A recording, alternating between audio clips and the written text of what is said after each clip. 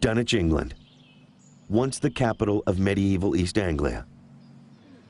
It was a prosperous seaport, bustling with thousands of people. Today, it's just a few dozen houses on a lonely coastal road. The rest of Dunwich, swept into the sea. The most unbelievable thing standing here is the fact that out here would have been a large medieval city, perhaps the fourth largest in the country in the 14th century. And so you're talking about at least a square mile with at least 12 medieval monastic or church structures. And that is now just so in evident. Underneath this sort of fairly foreboding, turbulent, dark sea lies the remains of a great medieval city. A very stormy night. In fact, it was actually New Year's Eve, and you've got this big, strong wind blowing in from the north-northeast, and the waves are basically being driven onto this beach.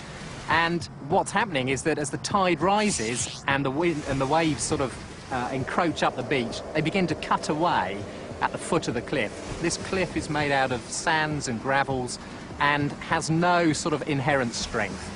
As a result, in one big storm, they lost a quarter of the city. Ruins of the last of the great churches, All Saints' Church, were still exposed on the beach. So I could climb on these ruins, and my father, who was a clergyman, a vicar, would tell me the story of Dunwich while sitting on these ruins on the beach. Professor David Sear is a scientist at England's Southampton University. He's heard the story of Dunwich his entire life.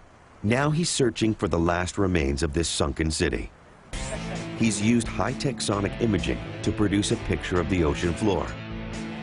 Now we know the location of two of those churches for definite, and we've been able to image using the multi-beam and side-scan sonar the actual distribution of those ruins, and they're quite discrete. But the technology can only tell Sear so much. To confirm his findings, he needs to go deep into the frigid, murky waters of the North Sea.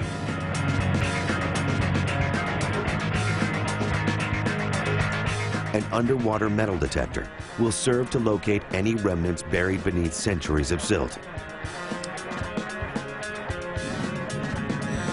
Underwater high-definition cameras will record the dive.